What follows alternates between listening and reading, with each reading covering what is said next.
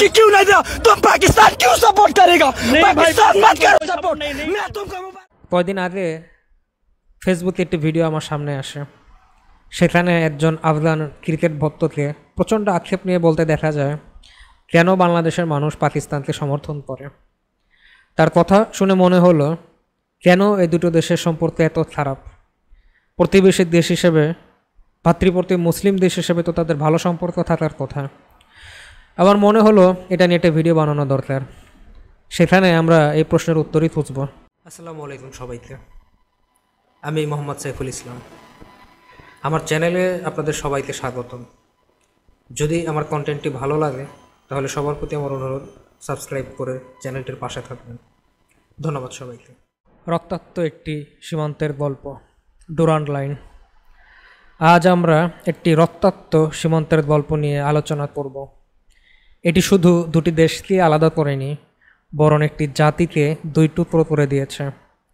আফগানিস্তান ও পাকিস্তানের এই তিক্ত সম্পর্ক, অবিশ্বাস আর রক্তপাতের ইতিহাস অনেক গভীর। এর মূল কারণ একটিমাত্র রেখা, ডুরান্ড লাইন। ডুরান্ড লাইন যেটা একটা ঐতিহাসিক ভুল। এই গল্পের শুরু 1893 সালে। ব্রিটিশ ভারতের foreign secretary sir Henry Mortimer Durand Afghan আমির আব্দুর রহমান খানের সাথে একটি চুক্তি করেন। এই চুক্তিতেই তৈরি করা হয় 2640 কিলোমিটার দীর্ঘ ডুরান্ড লাইন।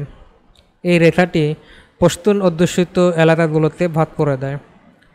ব্রিটিশদের উদ্দেশ্য ছিল রাশিয়ার আগ্রাসন ঠেকানোর জন্য এটি বাফার জোন তৈরি করা, কিন্তু আফগানিস্তান এই রেখাকে কখনোই আন্তর্জাতিক সীমান্ত হিসাবে মেনে নেয়নি।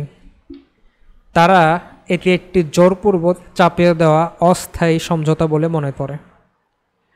1947 সালে যখন পাকিস্তান স্বাধীন হয় তখন থেকেই এই রেখাটি বিরোধের কেন্দ্রবিন্দু হয়ে ওঠে।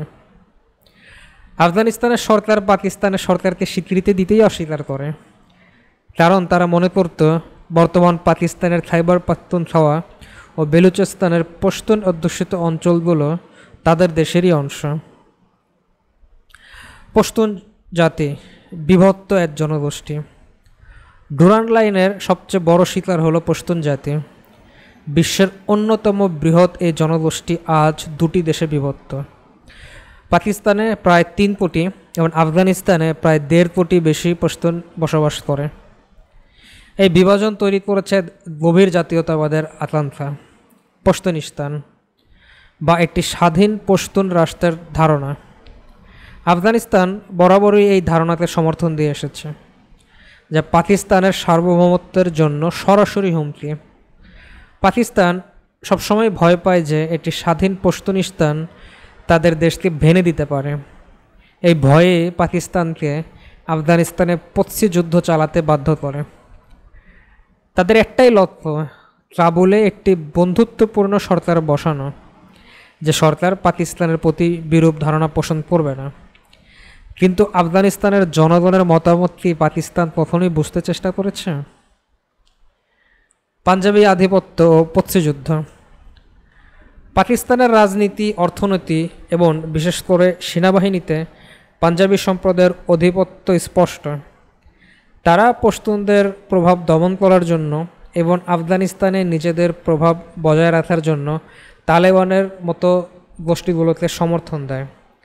তাদের লক্ষ্য কাবুলে একটি পুতুল সরকার বসিয়ে নিজেদের পশ্চিম সীমান্তকে সুরক্ষিত রাখা। তবে পাঞ্জাবিদের সম্পর্কে আফগানদের ধারণা খুব একটা উচ্চ নয়। অতীতেও শিখদের সাথে আফগানদের অনেক যুদ্ধ হয়েছে।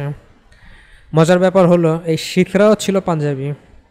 শিখদের সাথে যুদ্ধের ফলেই পশতুন জাতির অনেক এলাকা আফগানদের হাতছাড়া হয়। শিখ মহারাজা রঞ্জিত সিংয়ের অধীনে পেশোয়ারের দখল হারায় আফগানরা। পেশোয়ার ছিল আফগানদের দ্বিতীয় রাজধানী।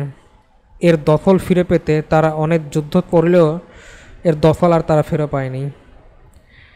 আফগানরা নিজেদের ইরানীয় সমগোত্রীয় জাতি ভাবতে পছন্দ করে। পশতু ও ফার্সি অনেক কাছাকাছি একটি ভাষা। আফগান ও ইরানি ভাষা অনেক কাছাকাছি হওয়াতে তারা একে অপরের ভাষা অনেক ক্ষেত্রেই বুঝতে পারে। অন্যদিকে পাঞ্জাবিদের তারা মনে করে সম্পূর্ণ একটি ভারতীয় জাতি হিসেবে। পশতুরা মূলত পাঞ্জাবি ও অন্যান্য ভারতীয় জাতির তুলনায় কিছুটা ফর্সা এবং কিছুটা লম্বা হয়। এই জাতিগত পরিচয়, জাতীয়তাবাদ ও একটি ব্যাপার হিসাবে এখানে আছে। যেসব পাকিস্তানি পশতুরা পাকিস্তানের প্রতি অনুগত্য পোষণ করে নিজেদের দেশ হিসাবে, অনেক আফগান তাদের পাঞ্জাবিদের গোলাম হিসাবে উপহাস করে। ভারত নীরব অথচ গুরুত্বপূর্ণ খেলোয়াড়। এই সংকটে ভারতের ভূমিকাও গুরুত্বপূর্ণ। পাকিস্তানের সাথে আফগানিস্তানের সম্পর্ক খারাপ হওয়ার জন্য আফগানিস্তান ভারতের নিকট গুরুত্বপূর্ণ একটি দেশ। অতীতে ভারত আফগানিস্তানে ব্যাপক বিনিয়োগ করেছে, বিশেষত অর্থনৈতিক অবকাঠামো এবং সামরিক খাতে কিছুটা। এখানে ভারতের মূল উদ্দেশ্য হচ্ছে পাকিস্তানকে তার পশ্চিম সীমান্ত মানে আফগানিস্তানের সাথে ব্যস্ত রাখা, যাতে পাকিস্তানের পূর্ব সীমান্ত তথা ভারতের সাথে যাতে ভারতের চাপ কমে সীমান্তে। তালেবানের ক্ষমতায় ফেরা, পাকিস্তান কি আসলেই সফল? 2021 সালে তালেবান আফগানিস্তানের ক্ষমতায় আসে। তারা ক্ষমতায় আসার পর অনেকেই ভেবেছিল এটি পাকিস্তানের জন্য একটি বড় জয়, কিন্তু বাস্তবতা দেখা গেল একদম ভিন্ন। বর্তমানে তালেবান এবং পাকিস্তান সরকারের সম্পর্ক খুব একটা ভালো না। তালেবান পাকিস্তান সরকারের সমর্থন নিয়ে ক্ষমতায় এলেও এটি স্বাধীন আফগান সরকার হিসেবেই কাজ করছে। তারাও এখন পশতুন জাতীয়তাবাদ এবং ডুরান্ড লাইন নিয়ে পাকিস্তানকে চ্যালেঞ্জ জানাচ্ছে। তারাও আগের সরকারের মতোই মনে করে ডুরান্ড লাইন ঠিক না এবং পাকিস্তানের পশতুন অধ্যুষিত এলাকাগুলো আসলে আফগানিস্তানেরই দাবিদার। তালেবানরা আসলে সাধারণ আফগানদের যে মেন্টালিটি, যে ঐতিহাসিক মেন্টালিটি আছে ডুরান্ড লাইন নিয়ে, সেটাই ধারণা করে। তালেবানের সঙ্গে তেহরিক-ই তালেবান পাকিস্তান বা টিটিপি এর সম্পর্কের কারণে পাকিস্তানে সন্ত্রাসী হামলা বর্তমানে বেড়ে গেছে। টিটিপি মনে করে পাকিস্তানের বর্তমান শাসক ইসলামিক না, বরং পশ্চিমাদের দালাল। এই জন্য তারা পাকিস্তান সরকার উৎখাত করতে চায়। টিটিপির বেশিরভাগ সদস্যই পাকিস্তানি পশতুন জাতির লোক। পাকিস্তান এখন সীমান্তে কাঁটাতারের বেড়া দিয়েও সফল হচ্ছে না, কারণ এটি শুধু ভৌগোলিক সমস্যা নয়, এর শিকড় অনেক গভীরে, যা রাজনৈতিক এবং ঐতিহাসিক।